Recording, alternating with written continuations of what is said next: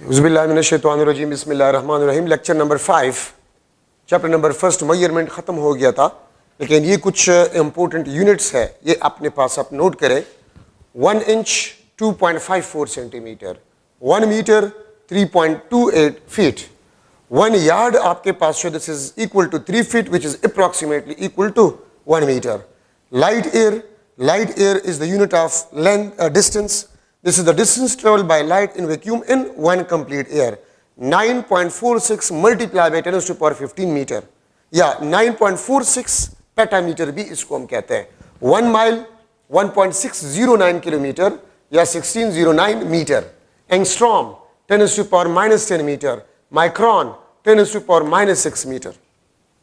मास slug आपके पास जो है, ये आपके पास एफपीएस सिस्टम में मास का यूनिट है, और 1 स्लग आपके पास है 14.6 किलोग्राम के बराबर है.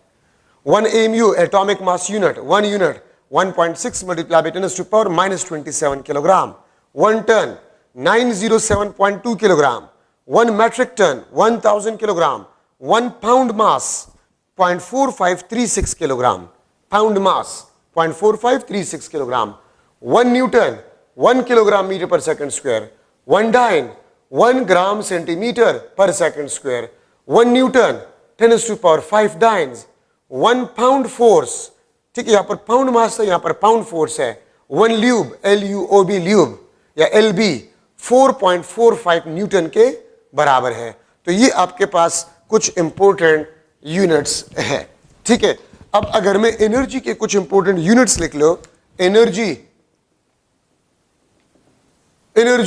1 joule 1 kilogram metre square per second square, ठीक है. और 1 अर्ग ERG 1 अर्ग किस चीज के बराबर होगा? This is equal to 1 gram centimetre square per second square. और मैं लिख सकता हूं कि 1 जॉल आपके पास जो है, this is equal to 10 to power 7 ergs. 1 joule is equal to 10 to the power 7 ergs. 1 electron volt 1.6 multiplied by 10 to the power minus 19 joule, ठीक है. और अगर मैं लूं 1 कैलोरी आपके पास है, this is equal to 4.2 joule. Calorie is also the unit of energy. ये भी आपके पास जो है एनर्जी का यूनिट है, ठीक है, ये याद रखिए. अच्छा, यहां पर मैं लिख सकता हूं 1 BTU British thermal unit, this is equal to 252 calories. या ये आपके पास 1000, ये 252 को आप 4.2 के साथ मल्टीप्लाई करें तो मेरे ख्याल में 1058 जॉल आ जाता है. 4.2 को आप 252 के साथ मल्टीप्लाई करें, ठीक है. 1 BOTU board of trade unit, board of trade unit, ठीक है. बोर्ड ऑफ ट्रेड यूनिट को 1 किलोवाट आवर भी हम कह सकते हैं. 1 किलोवाट आवर भी हम इसको कह सकते हैं. और 1 किलोवाट आवर आपके पास जो है, ये किस चीज के बराबर है? 3.6 multiply by 10 to power 6 joule, ठीक है. तो 1 BOTU board of trade unit आपके पास, और ये ब्रिटिश थर्मल यूनिट है, ब्रिटिश इंजीनियरिंग सिस्टम में 252 कैलोरीज के बराबर है, ठीक है. तो these are some important units of energy. ये आपके पास एनर्जी के कुछ इंपॉर्टेंट यूनिट्स है, ठीक है. तो इसको आप लोगों ने याद करना होगा, इसके कोई दूसरा सोल्यूशन है नहीं आपके पास, ठीक है. तो इसको आपने याद करना होगा. बाकी आपका चैप्टर नंबर फर्स्ट जो है वो खत्म हो गया है, ठीक है. अभी मैं सेकंड चैप्टर को स्टार्ट करूंगा, ठीक है, which is about the vector. Chapter number 2 which is about the vectors. देखिए, हमारे पास 2 किस्म के फिजिकल क्वांटिटीज है, स्केलर एंड वेक्टर्स. स्केलर्स आपके पास वो फिजिकल क्वांटिटीज है जिसको कंप्लीटली स्पेसिफाई करने के लिए मैग्नीट्यूड काफी होता है, डायरेक्शन की कोई जरूरत नहीं होती, उनको हम स्केलर्स कहते हैं। मास, लेंथ, टाइम, डिस्टेंस एटसेट्रा। ठीक है, ये आपके पास स्केलर्स हैं। याद रखिए, अगर हम स्केलर्स को डील कर रहे हैं तो आम मैथमेटिकल रूल्स को हम इस्तेमाल कर सकते हैं। जिस तरह हम आम नंबर्स को ऐड करते हैं, इसी तरह आप टाइम्स को भी ऐड करें, मास को भी ऐड कर सकते हैं। जिस तरह हम सब्ट्रैक्शन करते हैं तो स्केलर्स को भी आप उसी तरह ही सब्ट्रैक्ट, ऐड, मल्टीप्लाई या डिवाइड कर सकते हैं। ठीक है, और वेक्टर्स आपके पास वो फिजिकल क्वांटिटी जिसको स्पेसिफाई करने के लिए मैग्नीट्यूड और डायरेक्शन दोनों जरूरी हो, उसको हम वेक्टर कहते हैं। ठीक है, मास आप देखिए, अगर मैं कह दूं कि the mass of a body is 10 kilogram, बस काफी है इसको समझने के लिए। मैं अक्सर स्टूडेंट्स को कहता हूं कि अगर आप दुकान में जाए और दुकानदार को आप कह दें कि मुझे 1 किलोग्राम शुगर दे, तो दुकानदार समझ जाते वो आपको 1 किलोग्राम शुगर देगा। स्केलर है, डायरेक्शन की जरूरत नहीं है। कभी आपने इस तरह नहीं कहा होगा कि मुझे 1 किलोग्राम शुगर दे आसमान की तरफ या मशरिक की तरफ या मगरिब की तरफ। ठीक है, अगर आपसे कोई पूछे व्हाट इज द टाइम, तो आप कहते 1 o'clock, काफी है उसको समझने के लिए। कभी आपने ये नहीं कहा होगा कि 1 o'clock आसमान की तरफ और 2 o'clock हमारे घर की तरफ और इस तरह। नो। सो स्केलर्स की स्पेसिफिकेशन के लिए डायरेक्शन का होना जरूरी नहीं होता, लेकिन वेक्टर को स्पेसिफाई करने के लिए मैग्नीट्यूड और डायरेक्शन का होना जरूरी होता है। ठीक है, मैग्नीट्यूड और डायरेक्शन का होना जरूरी होता है वेक्टर को स्पेसिफाई करने के लिए। ठीक है, तो vector this is equal to magnitude multiply by direction. ठीक है, अच्छा अब देखिए, वेक्टर के दो रिप्रेजेंटेशन है, graphical representation and symbolic representation. ठीक है, ग्राफिकल रिप्रेजेंटेशन आप एक लाइन को ड्रॉ करते हैं विद एरोहेड। आप एक लाइन को ड्रॉ करते हैं विद एरोहेड। ठीक है, तो आपके पास जो लेंथ है, लेंथ आपको किस चीज को रिप्रेजेंट करता है? लेंथ आपको मैग्नीट्यूड ऑफ वेक्टर, और जो हेड आपके पास जो है ये डायरेक्शन को रिप्रेजेंट करता है। ठीक है, तो ग्राफिकली आप वेक्टर को इस तरीके से ड्रॉ कर सकते हैं। सिंबॉलिकली अगर मैं लिख लूं ए वेक्टर, ये आपके पास ए वेक्टर, ये आप बोल्ड फेस लेटर में लिख ले। ठीक है, बोल्ड फेस लेटर में लिख ले या इस तरह आप लिख ले, ये आपके पास सिंबॉलिक रिप्रेजेंटेशन है। ठीक है, वेक्टर में। अच्छा, अब आपके पास vector algebra rules, vector algebra rules है आपके पास। अगर मैं दो वेक्टर्स को ऐड करूं, रिजल्टेंट आपके पास वेक्टर आना चाहिए। First, second, vector plus vector must be a vector. ठीक है, वेक्टर प्लस स्केलर, याद रखिए ये हमेशा वेक्टर प्लस स्केलर ही होगा। इसका मतलब है कि वेक्टर और स्केलर आप ऐड नहीं कर सकते। वेक्टर और स्केलर आप ऐड नहीं कर सकते। ठीक है, अगर आप वेक्टर को ले, ठीक है, और उसको आप एक दूसरे वेक्टर के साथ मल्टीप्लाई करें, तो ये आपको या तो स्केलर देगा या आपको क्या देगा? वेक्टर देगा।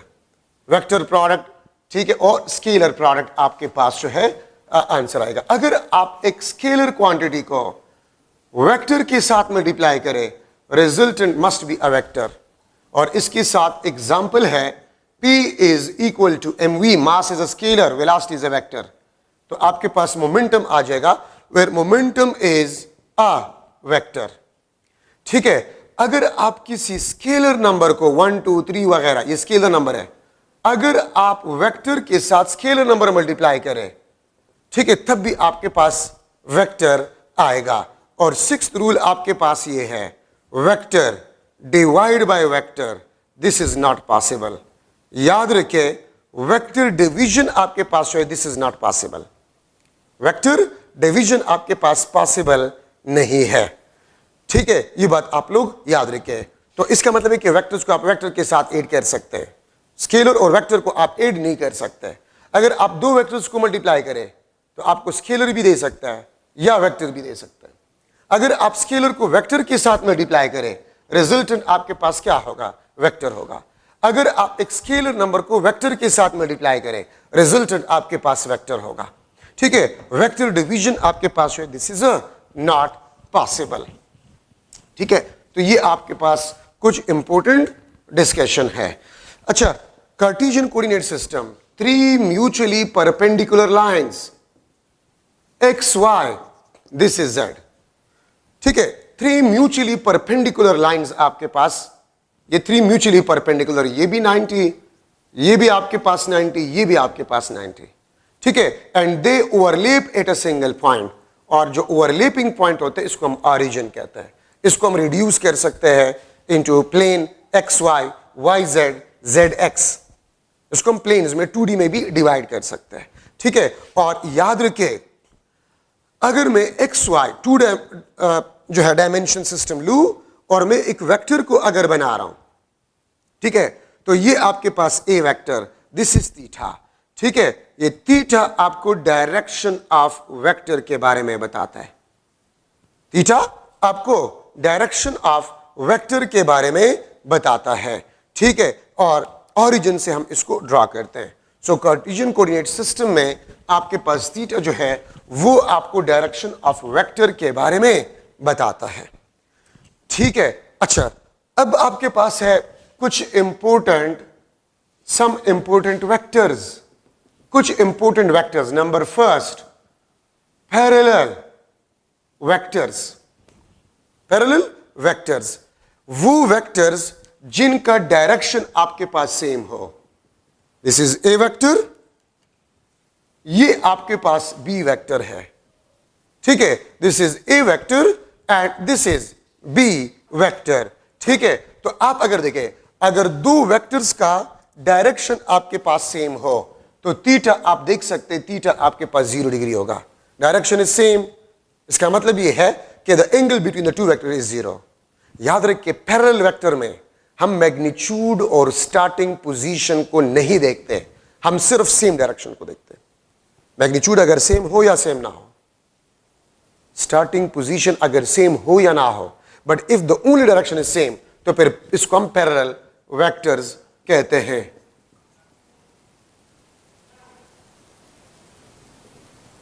एंटी पैरेलल वेक्टर्स, ठीक है, एंटी पैरेलल वेक्टर्स। और एंटी पैरेलल वेक्टर आपके पास जो है, अगर मैं ये लूं सी, ठीक है, और मैं ये लूं दिस इज डी, अगर आप थीटा को देखें, ये आपके पास 180 डिग्री होगा, डायरेक्शन इज अपोजिट। तो दो वेक्टर्स जिसकी डायरेक्शन अपोजिट हो, मैग्नीट्यूड अगर सेम हो या ना हो, स्टार्टिंग पोजीशन अगर सेम हो या ना हो, but if the two vectors have opposite direction, मतलब ये irrespective of magnitude and starting position, तो वेक्टर्स को हम एंटी पैरेलल वेक्टर्स कहते हैं। Equal vectors, equal vectors, same magnitude and same direction. Same magnitude and same direction. ठीक है, तो फिर हम वेक्टर्स को कहते हैं इक्वल वेक्टर। ये आपके पास A, ये आपके पास B वेक्टर्स। ठीक है, आप देखिए लेंथ भी सेम है, डायरेक्शन भी सेम है। ठीक है, तो मैं लिख सकता हूं A is equal to B, plus sign और प्लस साइन। ठीक है, अगर मैं इसके ऊपर चले लिख लेता हूं A vector is equal to B vector, ये प्लस प्लस। ठीक है, मैं इस तरह भी लिख सकता हूं minus A is equal to minus B। तो देखिए साइन भी सेम है और इक्वलिटी भी है। तो सेम साइन का मतलब होता है सेम डायरेक्शन, और इक्वलिटी का मतलब आपके पास होते हैं equal magnitude. Same sign, same sign, equal direction. ठीक है, और ये आपके पास equality sign, equal magnitude, equal magnitude आपके पास होगा। तो अगर दोनों साइड्स पे साइन सेम हो और इक्वलिटी साइन भी हो, minus minus equality, plus plus और equality, it means the vectors are equal vectors. मैं इस तरह भी कह सकता हूं two parallel vectors having same magnitude, starting position same हो या ना हो। अगर मैं यहां पर पेशावर में 10 मीटर ईस्ट चला जाता हूं, ठीक है, और कोई बंदा कराची में 10 मीटर ईस्ट चला जाता है, तो हमारे डिस्प्लेसमेंट वेक्टर इक्वल वेक्टर्स है, ठीक है। तो same magnitude in same direction, the vectors are equal vectors. 4 आपके पास जो है नेगेटिव वेक्टर्स, ठीक है, same magnitude but opposite direction, इसको हम नेगेटिव वेक्टर कहते हैं इर्रिस्पेक्टिव ऑफ साइन। ये आप देख सकते हैं, दिस इज ए और ये आपके पास बी, ठीक है। अब ये आपके पास आ जाएगा A is equal to minus B, और मैं लिख सकता हूं B is equal to minus A, ठीक है। अब देखिए, एक साइड पे आपके पास प्लस साइन है, प्लस साइन, दूसरी साइड पे आपके पास नेगेटिव साइन है, ठीक है। तो मैं इसको लिख सकता हूं A is equal to the negative vector of B, और बी आपके पास है this is equal to the negative vector of A. A is the negative vector of B और बी आपके पास है this is the negative vector of A. तो इसका मतलब यह है कि ए और बी एक दूसरे के नेगेटिव वेक्टर्स कहलाते हैं। मैग्नीट्यूड कभी भी नेगेटिव नहीं हो सकता, डायरेक्शन आपके पास नेगेटिव हो सकता है। तो मैं कह सकता हूं कि A is the negative vector of B और B is the negative vector of A, ठीक है। डायरेक्शन आपके पास जो है दिस इज आर्बिट्ररी, डायरेक्शन आपके पास होते हैं दिस इज आर्बिट्ररी। अगर इस डायरेक्शन को आप पॉजिटिव कह दे तो वेस्ट डायरेक्शन आपके पास नेगेटिव होगा, ठीक है। अगर आप नॉर्थ डायरेक्शन को पॉजिटिव कह दे, ठीक है, तो आपके पास साउथ डायरेक्शन जो है वो आपके पास जो है नेगेटिव होगा, ठीक है। तो ये बात आप लोग याद रखें। तो नेगेटिव वेक्टर्स जो है सेम मैग्नीट्यूड अपोजिट डायरेक्शन, तो आप a is equal to minus B लिख सकते हैं या b को आप माइनस ए लिख सकते हैं, ठीक है। ये बात आप लोग याद रखें। तो ये आपके पास फोर्थ इंपॉर्टेंट वेक्टर आपके पास बन गया। अब यहां पर मैं लिख सकता हूं नल और जीरो वेक्टर, नल और जीरो वेक्टर, ठीक है। नल और जीरो वेक्टर का मतलब ये होता है विच है zero magnitude, which is zero magnitude and arbitrary direction, which is zero magnitude and arbitrary direction, इसको बेसिकली हम नल या जीरो वेक्टर कहते हैं। तो ये आपके पास सिंबॉलिक रिप्रेजेंटेशन है, ये आपके पास क्या है, सिंबॉलिक रिप्रेजेंटेशन है, ठीक है। और इसका ये सिंबॉलिक रिप्रेजेंटेशन है, और अगर आप डॉट से इसको डिनोट करें, ये आपके पास ग्राफिकल रिप्रेजेंटेशन है, डॉट, ठीक है। और डॉट ओरिजिन से लिया गया है, तो डॉट आपके पास ग्राफिकल रिप्रेजेंटेशन है, ठीक है। तो आर्बिट्ररी डायरेक्शन और इसका मैग्नीट्यूड आपके पास होता है वो जीरो होता है, ठीक है। ये बात आप लोग याद रखें। अब देखिए, यही मैं ले रहा हूं, अगर मैं लिख लो a is equal to minus B, तो माइनस बी को आप उस साइड पे शिफ्ट करें तो a प्लस बी आपके पास ये नल वेक्टर होगा। ये नल वेक्टर को क्यों इंट्रोड्यूस किया गया, अगर मैं इस तरह लिख लो a plus B is equal to zero, a plus B is equal to zero, तो ये दोनों तो वेक्टर है और जीरो स्केलर है, तो वेक्टर का sum is equal to scalar, जो कि गलत है। तो इसलिए फिर हमने नल वेक्टर को इंट्रोड्यूस किया। The sum of two vectors which are the negative vectors of each other is always equal to a null vector। ये देखिए ना, मैं इसको इस तरह भी लिख सकता हूं, the sum of two vectors, the sum of two vectors which are negative vectors of each other, this will be always equal to a null or zero vector। ऐसे दो वेक्टर्स जो एक दूसरे के नेगेटिव वेक्टर्स हो, अगर उसका आप सम ले लें तो आपको नल वेक्टर देगा या आपको जीरो वेक्टर देगा। ठीक है, तो ये आपके पास इसका स्टेटमेंट बन जाएगा। हां, अगर मैं इस तरह लिख लूं कि मैं इसका मैग्नीट्यूड निकालूं, the magnitude of sum of two vectors which are the negative vector of each other, ये आपके पास जीरो होगा। याद रखें, magnitude is always positive and scalar. Magnitude is always positive and scalar. तो अगर मैं मैग्नीट्यूड की बात करूं, इसका मतलब होता है this is the magnitude of sum of two vectors which are negative vectors of each other। ठीक है, तो वो आपके पास जीरो होगा, वो नल वेक्टर होगा, ये आपके पास जीरो होगा। द मैग्नीट्यूड ऑफ सम, ये देखिए ना, magnitude of sum of two vectors A and B which are the negative vectors of each other, this is always equal to zero, magnitude of sum। ठीक है, लेकिन अगर मैं a और b मैं इस तरह लूं कि a आपके पास हो this is equal to minus B, तो इसका मतलब यह है कि a मैग्नीट्यूड भी नॉन जीरो है और b मैग्नीट्यूड भी नॉन जीरो है, लेकिन दोनों a और b वेक्टर एक दूसरे के नेगेटिव वेक्टर्स है। अगर मैं इनकी मैग्नीट्यूड्स लेकर इसको सम करूं, वो आपके पास नॉन जीरो होगा और इसका स्टेटमेंट आपके पास बनता है the sum of magnitudes, the sum of magnitudes of A and B which are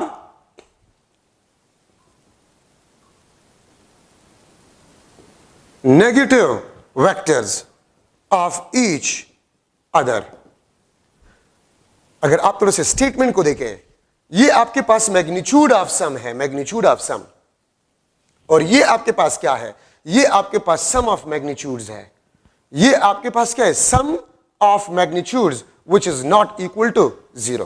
तो एक बात याद रखिए इन दोनों स्टेटमेंट में, अगर आप देखें ये मैग्नीट्यूड ऑफ सम है, ये मैग्नीट्यूड ऑफ सम है, मतलब सम लेकर फिर आप मैग्नीट्यूड निकालते हैं। मैग्नीट्यूड ऑफ सम का मतलब क्या होता है, आप सम करके मैग्नीट्यूड निकालते हैं, तो वो तो जीरो होता है, क्योंकि आपके पास दो वेक्टर्स जो कि नेगेटिव है उसका सम जीरो है, तो नल वेक्टर का मैग्नीट्यूड जीरो। लेकिन अगर a और b जो कि नेगेटिव वेक्टर्स है, अगर इन a और b का मैग्नीट्यूड्स का आप सम मालूम करें तो वो नॉन जीरो होगा या ग्रेटर देन जीरो होगा। ठीक है, अगर मैं यहां पर एक एग्जाम्पल लिखूं, यहां पर मैं अगर एक एग्जाम्पल लिखूं, ठीक है, कि आपके पास है let suppose a vector is equal to 10 metre east, b vector आपके पास जो है 10 मीटर वेस्ट, तो मैं अगर a वेक्टर का मैग्नीट्यूड लूं वो 10 मीटर है, अगर मैं b वेक्टर का मैग्नीट्यूड लूं वो 10 मीटर है। ठीक है, नॉन जीरो है ना, तो अगर मैं इनके मैग्नीट्यूड्स का सम लूं वो 20 मीटर होगा, which will be not equal to zero. ठीक है, तो magnitude of sum of magnitudes, ये आपके पास सम ऑफ मैग्नीट्यूड्स है, मतलब मैग्नीट्यूड्स का सम आपने ले लिया। और अगर मैं इस तरह लिख लो, मैं इसको इस तरह लिख लो कि आपके पास a प्लस बी, ये आपके पास 10 मीटर ईस्ट, ठीक है, प्लस 10 मीटर वेस्ट, तो मैं इसको लिख सकता हूं a plus B 10 metre east plus 10 metre west को मैं लिख सकता हूं माइनस ईस्ट। ठीक है, मैंने वेस्ट को माइनस ईस्ट क्यों लिख लिया, अब देखिए आपके पास minus east mean opposite to east west होता है, माइनस वेस्ट ये आपके पास ईस्ट होता है, माइनस नॉर्थ वो आपके पास साउथ होता है, माइनस साउथ वो आपके पास नॉर्थ होता है। ठीक है, तो a plus B is equal to 10 metre east minus 10 metre east, ये आपके पास नल वेक्टर आ गया, ये आपके पास नल वेक्टर आ गया है, क्योंकि इस डायरेक्शन भी इसके साथ ये, तो आपके पास ये नल वेक्टर आपको देगा। तो इसको बेसिकली हम कहते हैं, ठीक है, नल वेक्टर।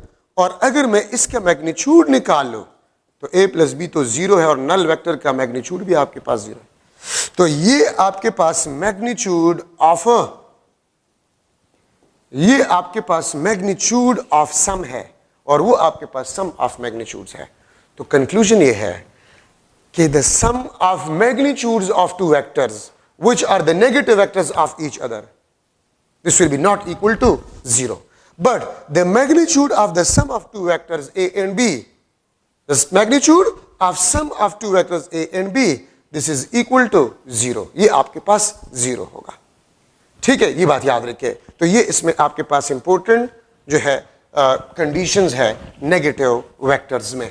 ठीक है, सेम नजर आ रहे हैं लेकिन दोनों में आपके पास फर्क है। The sum of magnitudes of two negative vectors are non zero, but the magnitude of sum of two negative vectors are 0। ठीक है, तो इसका थोड़ा सा आपने ख्याल रखना है। ठीक है, तो ये आपके पास फोर्थ। अब फिफ्थ में ले रहा हूं, यूनिट वेक्टर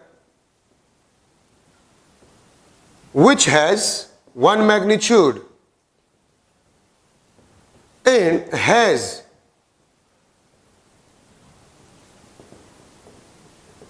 specific direction। ठीक है, इसको बेसिकली हम यूनिट वेक्टर कहते हैं। वो वेक्टर जिसका वन मैग्नीट्यूड हो और वो आपको स्पेसिफिक डायरेक्शन बता रहा है, उसको हम यूनिट वेक्टर कहते हैं। इसमें एक इंपॉर्टेंट पॉइंट आपके पास, unit vector has a no unit, इसका कोई यूनिट नहीं होता। ठीक है, और सिंबॉलिकली हम इसको किस तरह रिप्रेजेंट करते हैं, वेक्टर उसके ऊपर केप, बी वेक्टर उसके ऊपर केप, ठीक है, सी वेक्टर इसके ऊपर केप। ये आपके पास सिंबॉलिक रिप्रेजेंटेशन है। ये आपके पास क्या है, सिंबॉलिक रिप्रेजेंटेशन है। A unit vector, B unit vector, C unit vector, ये केप बेसिकली यूनिट वेक्टर को रिप्रेजेंट करता है। अच्छा, अब इसका फॉर्मूला आपके पास भी ये है, मैं इस तरह भी लिख सकता हूं, यूनिट वेक्टर, अगर आप वेक्टर को उसी वेक्टर के मैग्नीट्यूड पे डिवाइड करें तो ये आपको यूनिट वेक्टर देगा। The ratio of vector to the magnitude of a vector is equal to unit vector। ठीक है, तो मैं इस तरह भी इसको लिख सकता हूं, for example A unit vector, आप ए वेक्टर को उसी वेक्टर के मैग्नीट्यूड पे डिवाइड करें, ये आपको यूनिट वेक्टर देगा। ठीक है, और इसका मिसाल मैं आपको देता हूं, अगर मैं लूं डी, ये आपके पास एग्जाम्पल, ये आपके पास एग्जाम्पल ए वेक्टर या डिस्प्लेसमेंट में ले लेता हूं, बस डिस्प्लेसमेंट आपके पास 10 मीटर ईस्ट। ठीक है, अगर मैं यूनिट वेक्टर मालूम करूं, 10 metre east divide by 10 metre, magnitude 10 metre है, तो ये आपके पास कैंसल। डी यूनिट वेक्टर आपके पास जो है वो ईस्ट को रिप्रेजेंट कर रहा है। अब यहां पर आप लोग देखें, इसका मैग्नीट्यूड आपके पास 1, मैग्नीट्यूड 1, और ये स्पेसिफिक डायरेक्शन को शो करता है। तो देखिए, ये आपके पास डिस्प्लेसमेंट वेक्टर है, इसका मैग्नीट्यूड 1 और स्पेसिफिक डायरेक्शन। तो देखिए, यूनिट वेक्टर का फॉर्मूला है the ratio of vector to the magnitude of a same vector. ठीक है, ये आपको यूनिट वेक्टर देता है, जो कि एग्जांपल आपके सामने है। ठीक है, तो अब आपको पता है, अगर मैं 3D में लिख लूं, a is equal to axi plus ayj plus azk, this is the vector in 3D। i आपको पता है ये x एक्सिस को रिप्रेजेंट करता है, j यूनिट वेक्टर ये y एक्सिस को रिप्रेजेंट करता है, k यूनिट वेक्टर ये z एक्सिस को रिप्रेजेंट करता है। axi plus ayj plus azk, अगर मैं यूनिट वेक्टर लूं तो axi plus ayj plus azk, ठीक है, divide by magnitude a। Magnitude का फॉर्मूला उम्मीद है आप लोगों को आता होगा, ax square plus ay square plus az square under the root. ये आपके पास फॉर्मूला है यूनिट वेक्टर का। ठीक है, ये आपके पास vector and this the magnitude of a vector. ठीक है, मैग्नीट्यूड ऑफ वेक्टर का फॉर्मूला आपके पास ये होता है, ये मैग्नीट्यूड या a, ठीक है, और इसको मैं लिख सकता हूं under the root of ax square plus ay square plus az square under the root. The square root of sum, the square root of sum of square of the magnitude of the components of a vector. The square root of sum of square of component of a vector is equal to the magnitude of a vector. And the ratio of vector to the magnitude of a vector is equal to a unit vector or direction of a vector. ठीक है, ये magnitude. और अगर मैं लिख लूं direction of vector, direction of vector this is equal to vector divide by magnitude, vector divide by magnitude, ये आपको डायरेक्शन ऑफ वेक्टर देगा. तो ये जहन में बिठा दें, अगर आप वेक्टर का रेशियो ले लें उसी वेक्टर के मैग्नीट्यूड के साथ, वो आपको उस वेक्टर का डायरेक्शन देगा. और अगर आप square root of sum of square of the component, square root of sum of square of the component of a vector, वो आपको मैग्नीट्यूड देगा. तो vector divide by magnitude of vector, ये आपको यूनिट वेक्टर देगा. अब अगर मैं आपसे क्वेश्चन करूं, ठीक है, अगर एक एमसीक्यू में लिख लो the unit vector of vector 2i plus j plus k will be dash. ठीक है, तो ए ऑप्शन में लिख लेता हूं i plus j plus k, B option 2i divided by under root 6 plus j divided by under root 6 plus k unit vector divided by under root 6, C option आपके पास जो है that is 2i plus j plus k divided by 6, और D option आपके पास जो है that is i j k. तो आप ये बताएं कि आपके पास यूनिट वेक्टर गिवन वेक्टर का क्या होगा. तो सबसे पहले तो इसका मैग्नीट्यूड मालूम करें, सबसे पहले इसका मैग्नीट्यूड मालूम करें. 2 square plus 1 square plus 1 square under the root, ये आपको अंडर द रूट ऑफ 6 देगा. ये आपको क्या देगा? अंडर द रूट ऑफ 6 ये आपको देगा. तो देखिए आप लोग, अंडर द रूट ऑफ 6 किस में है? ये आपके पास यूनिट वेक्टर है. 2i unit vector divide by root 6, j unit vector divide by root 6, k unit vector divide by root 6. क्यों? क्योंकि मैं इसको इस तरह भी लिख सकता हूं, axi divide by magnitude of a plus ayj divide by magnitude of a plus azk divide by magnitude of a. इसको बेसिकली हम यूनिट वेक्टर कहते हैं. तो अगर आप किसी वेक्टर को उस वेक्टर के मैग्नीट्यूड पे डिवाइड करें, वो आपको यूनिट वेक्टर देगा. ठीक है, अगर आप इंडिविजुअल, मतलब मेरे कहने का ये है, इसको मैं इस तरह भी लिख सकता हूं, इसको मैं इस तरह भी लिख सकता हूं. ठीक है, axi divide by under the root of ax square plus ay square plus az square, ayj divide by under the root of ax square plus ay square plus az square plus azk. ठीक है, azk divide by under the root of ax square plus ay square plus az square. मैं इस a unit vector को इस तरह भी लिख सकता हूं, axi divide by magnitude plus ay divide by magnitude plus azk divide by magnitude. इसको भी बेसिकली हम यूनिट वेक्टर कहते हैं. ठीक है, तो आपसे इस किस्म के क्वेश्चंस भी पूछे जा सकते हैं कि what vector will be parallel to the given vector. तो याद रखिए, आपके पास एक वेक्टर का जो यूनिट वेक्टर होता है वो उसी वेक्टर के पैरेलल होता है. तो मैं आपसे ये भी पूछ सकता हूं, what will be the vector which is parallel to 2i plus j plus k. इसके पैरेलल वेक्टर कौन सा होगा? तो यही आंसर होगा, यूनिट वेक्टर ही उसी वेक्टर के पैरेलल आपके पास होगा. तो मैं अगर लिख लो कंक्लूजन में इस तरह लिख सकता हूं कि a vector a magnitude into a unit vector. मैं इस तरह इसको लिख सकता हूं, ये ए का मैग्नीट्यूड, ये उसका यूनिट वेक्टर. ठीक है, मैग्नीट्यूड और यूनिट वेक्टर डायरेक्शन, वो आपको ए वेक्टर देगा. ठीक है, तो ये आपके पास यूनिट वेक्टर में इंपॉर्टेंट डिस्कशन आपके पास हो गया. ठीक है, अब इसके बाद हम डिस्कस कर रहे हैं पोजीशन वेक्टर। ठीक है, पोजीशन वेक्टर, ये मेरे ख्याल में 6 नंबर पे हो गया। Position vector, position vector which locate a point with respect to origin. ठीक है, मैं इस तरह भी लिख सकता हूं, this is always drawn from origin of coordinate system. ये हमेशा ऑरिजिन से हम ड्रा करते हैं। This is always drawn from the origin of a coordinate system. ये आपके पास x, ये आपके पास y। ठीक है, अगर मैं एक पोजीशन वेक्टर को ड्रा करूं, this is r vector, this is point P और ये उसके कोऑर्डिनेट्स। ठीक है, तो r आपके पास ये पोजीशन वेक्टर को रिप्रेजेंट करता है। ठीक है, और r को हम लिख सकते हैं this is equal to x plus y। ठीक है, और इसको मैं लिख सकता हूं this is xi unit vector plus yj unit vector. तो ये इसका ग्राफिकल रिप्रेजेंटेशन है, ऑरिजिन से रहा है।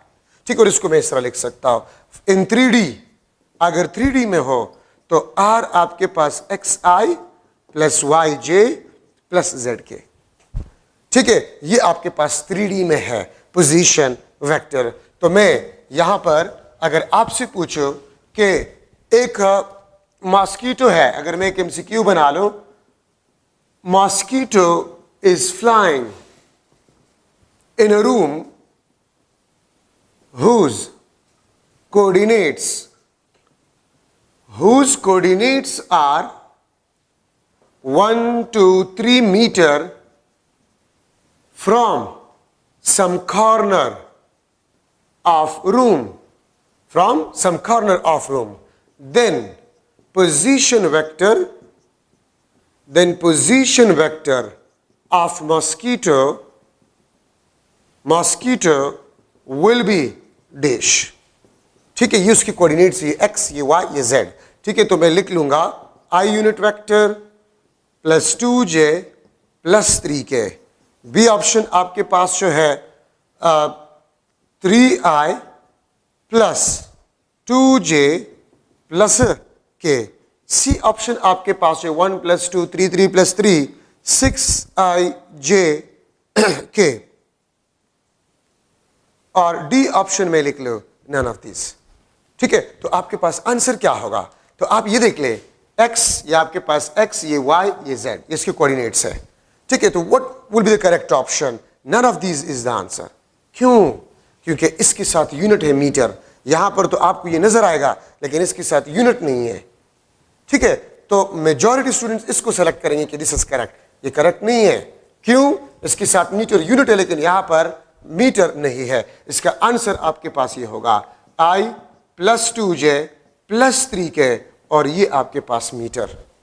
तो ये करेक्ट ऑप्शन होगा, जो कि आपके पास नहीं है ऑप्शन में। तो none of these is the answer. ठीक है, मैं इस तरह भी इसको लिख सकता हूं 1 metre i plus 2 metre j plus 3 metre k। इस तरह भी मैं इसको लिख सकता हूं। तो ये भी करेक्ट है, ये भी करेक्ट है, और इन दोनों में एक भी नहीं है ऑप्शन में। तो none of these is the answer। अगर मैं आपसे पूछूं what will be the distance of the mosquito from this corner? ठीक है, इस मॉस्किटो का डिस्टेंस क्या होगा फ्रॉम दिस कॉर्नर? तो इसका मैग्नीट्यूड मालूम करें। 1 square plus 2 square plus 3 square under the root. तो 3 square 9, 2 square 4, 9 plus 4 13, 13 plus 1 under root 14 metre distance होगा इस मॉस्किटो का इस कॉर्नर से। अगर मैं आपसे पूछूं पोजीशन वेक्टर क्या होगा, तो ये। अगर मैं आपसे पूछूं how far the mosquito from the origin, what is the distance of the mosquito from that origin, तो इसका मतलब ये आपसे डिस्टेंस मांगा गया है। ठीक है, और डिस्टेंस के लिए आप इसका मैग्नीट्यूड मालूम करेंगे। 1 square plus 2 square plus 3 square under the root. ये आपके पास डिस्टेंस या how far the mosquito from the origin आपके पास बन जाएगा। So these are some important vectors. ठीक है, आप इसको जहन में बैठा दें। बाकी इसके बाद मैं क्या करवाऊंगा, डिस्प्लेसमेंट वेक्टर। ये पोजीशन और डिस्प्लेसमेंट वेक्टर बुक में नहीं है, लेकिन जरूरी है, तो इसलिए मैं थोड़ा सा करवाऊंगा। ठीक है, उसके बाद फिर हम स्टार्ट करेंगे एडिशन ऑफ वेक्टर। ठीक है, addition of vector by head to tail rule. Multiplication of a vector by scalar number, ठीक है, और रेजोल्यूशन ऑफ वेक्टर, ठीक है। ये आप पढ़ लें इंशाल्लाह। नेक्स्ट लेक्चर में इंशाल्लाह मैं इन चीज़ों को पढ़ाऊंगा। Thank you so much.